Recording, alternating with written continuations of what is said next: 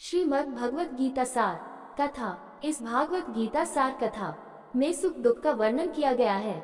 इस भागवत गीता में मानव के लिए हर अच्छे और बुरे कर्मों का वर्णन दिया गया है। दोस्तों, आप सभी चैनल को सब्सक्राइब लाइक करते हैं, जिसमें आप लोगों को कुछ नहीं मिलता, पर इस चैनल पर जीने की राह और ज्ञान भरी बातें मिलती है। तो आपसे निवेदन है कि हमारे चैनल को आप सब सपोर्ट करें और हौसला दें कि हम आप लोगों के लिए अच्छा ज्ञान, अच्छी बातें और अच्छे राह पर चलने के लिए अच्छा ज्ञान आप सबके लिए पहुंचाता रहूं। नमस्कार मित्रों, आप सबका हमारे चैनल पर स्वागत है। दोस्तों, इस चैनल पर सारे वेदों का ज्ञान मिलेगा। भगवत गीता अध्याय 15 श्लोक 13। गमाविष्य च भूतानि धार्याम्यहमोजसा पुष्णामि चौष्ठी सर्वा सोमो भूत्वा रसात्मक। गम अविष्य च भूतानि धार्याम्य अहम ओजसा पुष्णामि चौष्ठी सर्व सोमो भूत्वा रसात्मका। गाम पृथ्वी विषय व्याप्त च तथा भूतानि जीवों को धार्यामि धारण करती हूँ, अहम मैं ओजसा शक्ति पुष्णामि पोषण करती हूँ, च तथा औषधे पौधे सर्वा सब सोमा चंद्रमा भूत्वा बनकर रसात्मक जीवन का रस प्रदान करती हूँ। गम अविष्य च भूतानि धारयाम्य अहम ओजसा पुष्णामि चौष्ठी सर्व सोमो भूत्वा रसात्मका। अनुवाद: मैं पृथ्वी में व्याप्त होकर अपनी शक्ति से सभी जीवों का पोषण करता हूँ। चंद्रमा बनकर मैं सभी वनस्पतियों को जीवन रस से पोषित करता हूँ। इस श्लोक में श्री कृष्ण ने कहा है कि यह उनकी ऊर्जा ही है जिसने पृथ्वी ग्रह पर जीवन के अस्तित्व के लिए उपयुक्त भौतिक परिस्थितियां उत्पन्न की हैं। यहाँ गम का अर्थ है पृथ्वी और ओजसा का अर्थ है ऊर्जा।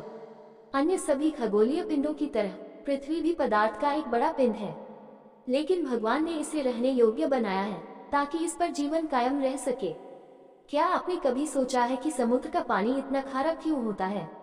भगवान समुद्र को मीठे पानी से भर सकते थे, लेकिन ये बीमारियों के लिए प्रजनन स्थल बन जाता। समुद्र के पानी में नमक की मात्रा अधिक होने के कारण कई रोग पैदा करने वाले सूक्ष्मजीव इसमें जीवित नहीं रह पाते, जिससे जीवन सुरक्षित रहता है। इसी तरह कई ऐसी अद्भुत घटनाएं पृथ्वी को विभिन्न प्रजातियों के लिए रहने योग्य बनाती हैं, जिनमें चल और स्थिर दोनों तरह के जीव शामिल हैं। नोबेल पुरस्कार विजेता और प्रसिद्ध अमेरिकी वैज्ञानिक जॉर्ज वाल्ड ने अपनी पुस्तक ए यूनिवर्स दैट ब्रीड्स लाइफ में लिखा है, यदि हमारे ब्रह्मांड के कई भौतिक गुणों में से कोई भी गुण उनके अलावा होता, तो जीवन, जो अब इतना प्रचलित प्रतीत होता है, यहाँ या कहीं भी असंभव होता। श्री कृष्ण ये भी कहते हैं कि चांदनी को अपने पोषक गुण उनसे ही प्राप्त होते हैं, और यह चांदनी का अमृत है जो समस्त वनस्पति जीवन अर्थात फल, सब्जियां, अनाज, जड़ी बूटियां आदि को पोषण देता है। भगवत गीता अध्याय 15 श्लोक 14। अहम वैश्वानरो भूत्वा प्राणिना देहमाश्रित प्राणापान समाकार पचाम्यन्न चतुर्विधम। अहम वैश्वानरो भूत्वा प्राणिनाम देहमाश्रित प्राणापान समय युक्त पचाम्य अन्नम चतुर्विधम। अहम मैं वैश्वानरा पाचन की अग्नि भूत्वा बनता हुआ प्राणिनाम समस्त प्राणियों का देहम शरीर आश्रित स्थित प्राणपान आने जाने वाले श्वास समायुक्त संतुलन में रखता हूँ, पचामी मैं पचाता हूँ, अन्नम भोजन चतुर्विधम चार प्रकार के। अहम वैश्वानरो भूत्वा प्राणिन देह श्रितः प्राणापान संयुक्त पचम्य अन्न चतुर्विधम। अनुवाद: मैं ही हूँ जो सभी जीवों के पेट में पाचन अग्नि का रूप धारण करता हूँ और आने जाने वाली सांसों के साथ मिलकर चार प्रकार के भोजनों को पचाता और आत्मसात करता हूँ। श्री कृष्ण कहते हैं कि भगवान सभी जीवों के अंदर वैश्वानर के रूप में विद्यमान है, जिसका अर्थ है पाचन अग्नि, जो भगवान की शक्ति से प्रज्वलित होती है। बृहदारण्यक उपनिषद में भी कहा गया है, अग्निर्वैश्वानरो यो यमंतः पुरुषेनेदम नचिते 5.9.1। ईश्वर पेट के अंदर की अग्नि है जो जीवों को भोजन पचाने में सक्षम बनाती है। हालांकि वैज्ञानिक समुदाय ने निष्कर्ष निकाला है कि पाचन तंत्र के अंग जैसे पेट, यकृत, अग्न्याशय, पित्ताशय आदि जीवों में भोजन के पाचन को सक्षम करने वाले पाचन रसों का स्राव करते हैं। ईश्वर द्वारा ये रहस्य उद्घाटन बताता है कि ऐसा दृष्टिकोण भोलापन है। ये ईश्वर की ऊर्जा है जो जीवों में पाचन प्रक्रिया को तेज करती है। चतुर्विधम का अर्थ है चार प्रकार और अन्नम का अर्थ है भोजन। भोजन को चार प्रकारों में वर्गीकृत किया गया है। 1. भोज्य चबाने वाले खाद्य पदार्थ जैसे रोटी, चपाती आदि। 2. पेट ये ज्यादातर तरल या ठोस खाद्य पदार्थ होते हैं जिन्हें हमें निगलना या पीना पड़ता है, जैसे दूध, जूस आदि। 3. कोशिया चूसने वाले खाद्य पदार्थ जैसे गन्ना। 4. लेह्य इसमें चाटने वाले खाद्य पदार्थ शामिल हैं, जैसे शहद आदि। पिछले कुछ श्लोकों में श्री कृष्ण ने स्पष्ट किया है कि भगवान किस तरह हमारे जीवन के हर पहलू का समर्थन करते हैं। अपनी ऊर्जा से वे धरती को रहने लायक बनाते हैं, सभी वनस्पतियों का पोषण करते हैं और हमारे भोजन को पचाने के लिए जठराग्नि को भी प्रज्वलित करते हैं। अगले श्लोक में वे ये कहकर निष्कर्ष निकालते हैं कि वे सभी ज्ञान के स्वामी हैं।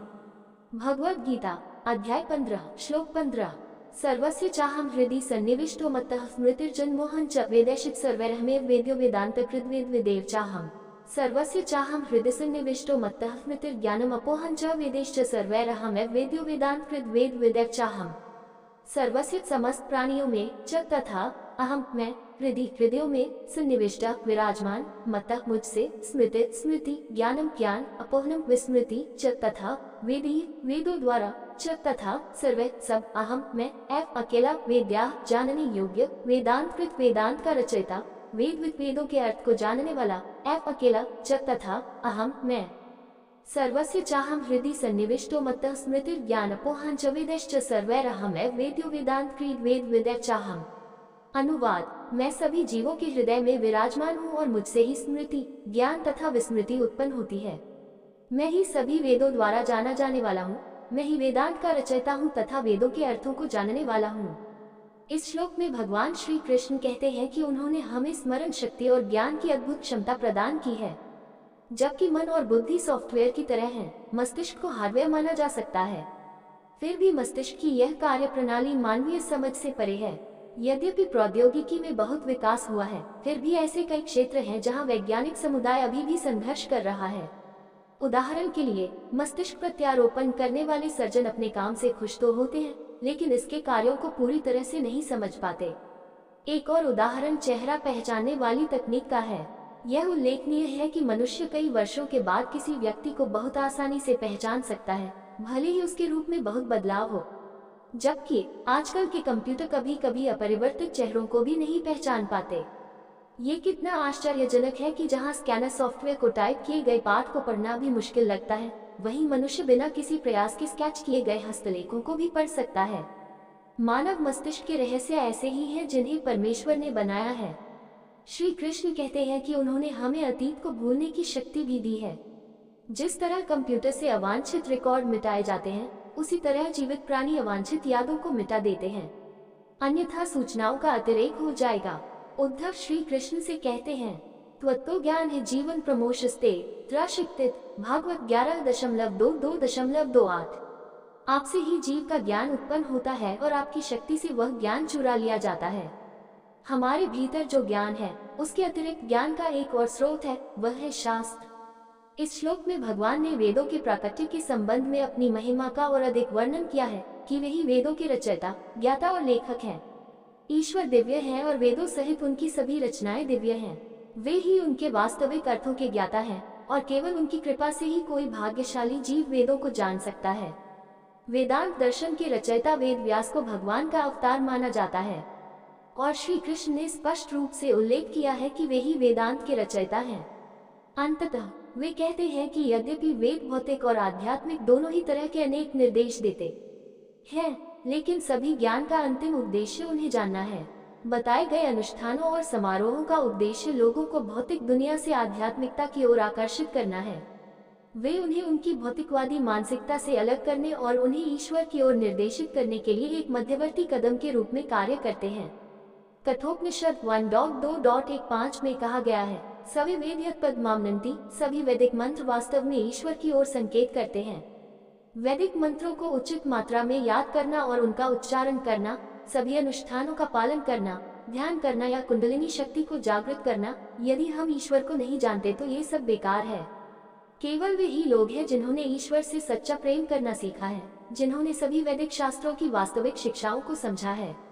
जगत गुरु श्री कृपालु जी महाराज कहते हैं, सर्व शास्त्र सारा ये गोविंद राधे, आठों यम मन हरि गुरु में लगा दे राधा गोविंद गीत। सभी शास्त्रों का सार यही है कि अपने मन को दिन रात भगवान और गुरु की प्रेममयी भक्ति में लगाओ। अगले 2 श्लोकों में श्री कृष्ण ने अक्षर और पुरुषोत्तम शब्दों का वर्णन किया है तथा अब तक प्रकट हुए ज्ञान को उचित परिप्रेक्ष्य प्रदान किया है। भगवद गीता अध्याय 15 श्लोक 16 द्वैविमो पुरुषो लोकैक्षरश्चाक्षराक्षर सर्वाणि भूतानि कूटस्थोषर उच्यते। द्वविमो पुरुषो लोकैक्षरश्चक्षरश्चक्षर सर्वाणि भूतानि कूत्स्थो क्षर उच्यते।